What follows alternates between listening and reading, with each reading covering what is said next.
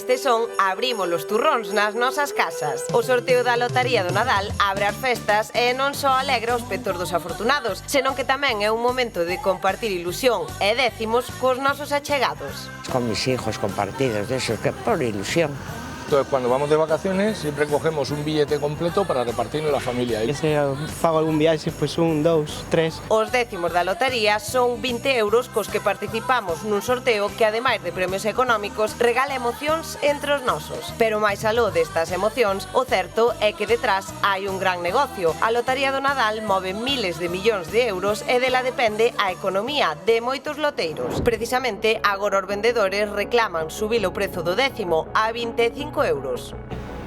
Me da igual, todo sube, ¿qué quieres? Home, a mí pareceme bastante caro. Se vou a comprarla máis cara, me vai a tocar lo mesmo, como que, bueno. Que suban a lotería, eu non a vou a comprar. Esta suba de 5 euros que propoñen os loteiros busca adaptar o prezo á inflación e dar un pouco de oxíxeno aos seus negocios. O custo do décimo leva sen actualizarse dende o 2002. Iso sí, seguirá a xente comprando lotaría, porque por moito que se pague máis... La suerte es la suerte. ¿Qué vas a hacer?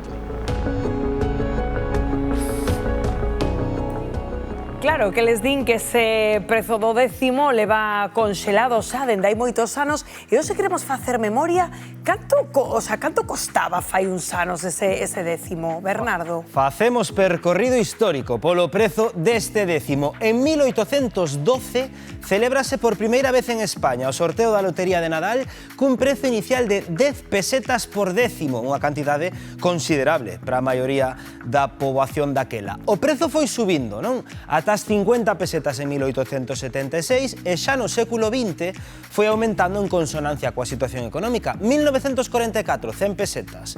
1953, 200 pesetas por décimo. 4 anos despois, no 57, duplicouse ata as 400 pesetas.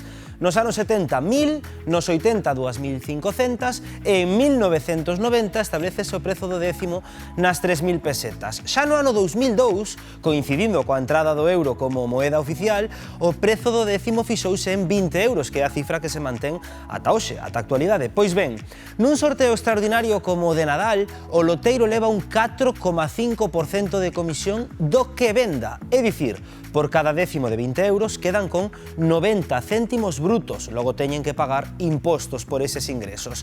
A comisión é polo que vendan, pero tamén hai unha comisión por pago de premios. Se o que pagan non supera os 200.000 euros, quedan cunha comisión dun 2,5%. E se o que pagan supera os 200.000 euros, quedan cunha comisión dun 1,25%. Pero imos coa petición dos profesionais do sector que non todo o mundo comparte. Os loteiros solicitan que se suba a súa marxe do 4,5% o 6% nese sorteo de Nadal, vale? Isto implicaría subir o prezo dun décimo que leva conxelado, estámoslo a contar, dende o 2002. Non, Óscar, pero canto subiría o décimo, compañeiro? Aí tedes a lotería, Bernardo, efectivamente. Parece que pode subir. Estamos aquí con Jorge Anta, que é vicepresidente da Asociación de Loteiros a nivel nacional. Sí, un pouco, digamos, que levo como delegado, como representante da Comunidade Autónoma Galega, pero a vez son o vicepresidente nacional. O vicepresidente nacional daquela, canto nos vai subir o décimo, Jorge? Bueno, de momento para este ano non vai subir, non? O precio xa está posto, o sorteo xa está en marcha a venda desde o mes de julio, de momento non vai subir, non? Isto é unha proposta que levamos reivindicando anos, máis concretamente con forza este ano, pero bueno, xa veremos se po ano que ven sube ou non. A proposta sería de que prezo para o décimo? Dende a nosa asociación, nos propoñemos subir 5 euros o décimo, non? Serían 25 euros o décimo, inda que se temos en conta todo o que subiu a vida, o IPC, o aumento dos prezos de consumo, sería moito máis alto, pero bueno, nos poñemos unha cantidade redonda, unha cantidade que permitiría subir o premio gordo e o resto dos premios, que tamén é o que importa, non?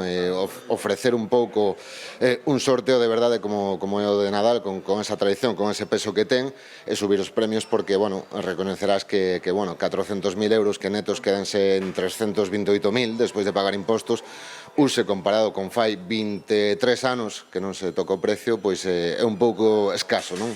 Daquela vos o que propoñedes é subir 5 euriños o prezo do décimo para que tamén suba o premio, non? Unha cousa que leva un pouco conxelada esta suba desde o ano 2002. Sí, pois eso, bueno, son dous motivos. Principalmente queremos que suban os premios, porque, bueno, a percepción da xente xa, bueno, como en calquera outra cousa, que os premios están se quedando soletos nun produto que para non é o buque insignia das loterías, non? O que máis peso e tradición ten, que pode se quedar obsoleto, non? Pode perder atractivo por os premios que ofrece, e por outra banda, pois, subir o precio tamén para, bueno, mellorar o beneficio dos puntos de venta, mellorar o beneficio de loterías, que tamén aumentaría as arcas públicas, e un pouco para devolverlle ese peso, ese valor a un produto tan importante. Pois aí o tedes, amigos, o gordo da lotería pode ser que suba o prezo do décimo, pero tamén pode ser que suba o prezo do bote. Así que xa sabedes, este ano de momento os prezos seguen conxelados, así que aproveitade, amigos, zambullidevos aí na sorte. Eu quedo aquí, Rocío, mercando uns décimos. E aínda 20 euros, que eso é importante salientar. 1:24 minutos, bueno, que vos parece, Ana? Eles din que ningún produto pasa tanto tempo co prezo conxelado. Eu escoitaba a este home, que ademais a asociación a nivel nacional tamén, pero onte pola tarde, tanto Inma Morandeira como eu entrevistábamos na Radio Galega a outro loteiro que insistía un pouco máis en que non era tanto a suba do prezo de 20 euros por décimo a 25, sino que eles insisten na marxe de beneficio que o loteiro debería obter. Sí, como nos explicou Bernardo. É que despois tamén hai un punto psicolóxico, porque dicía, bueno, eu diría 22, tal, pero claro, que é mellor para a xente. Redondear a alza, que raro. O tema dos billetes, non? Que é máis doado para facer a compra do décimo. Entón, non sei... Sí, pero os argumentos dos loteiros están claros, pero Pepo, isto vai desincentivar a compra de boletos ou a xente por ese sorteo de Nadal, a alegría de compartir, gasta o que sexa? A xente ten a cabeza amueblada de tal maneira que o décimo do Nadal pode valer 2.000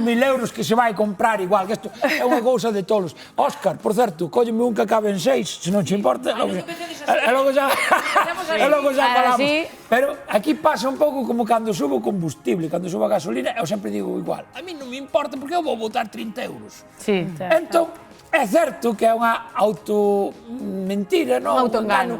Que fai un para si mesmo, pero é o mesmo. Se eu vou gastar 100 euros en lotería, que xa me parece bastante, pois dame igual que me saia a 4 décimos que 5. Dame igual. Inma.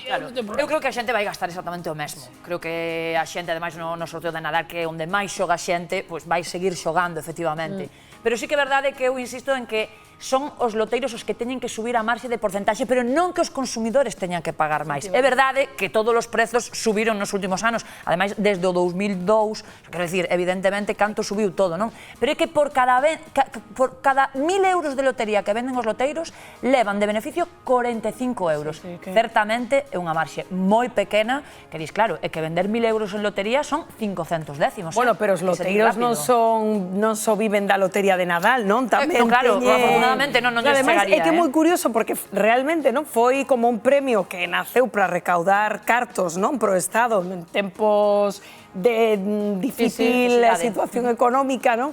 E logo foi mudando a esa tradición, entón é moi curiosa a mentalidade da xente agora mesmo, non? De que xa, eu que sei, vas de viaxe, non mercas un décimo, é como, non? Converteuse xa nunha tradición que va máis alá de gañar o premio, non, Ana? Sí, eu insistiría, mercar os sitios onde non te quede cara de parvo o día seguinte, non? É dicir, pois no traballo, no sitio onde tomas o café todo o día, e xa está. A min, pois ao final, se fun a Lanzarote non volvo, pois mira, chica, bueno, pero que isto que Diana desiré é moi interesante, porque que efectivamente a que non lle pasou que te xuntase no Nadal o décimo do gimnasio, o décimo do traballo, da familia, non? E rematas con sete. Eu non acostumo a comprar lotería nunca, pero sí que é verdade que en Nadal, cando non compro no meu sitio de traballo, cando chega o día, digo, se toca, mátome. Que non toque, por favor, que non toque.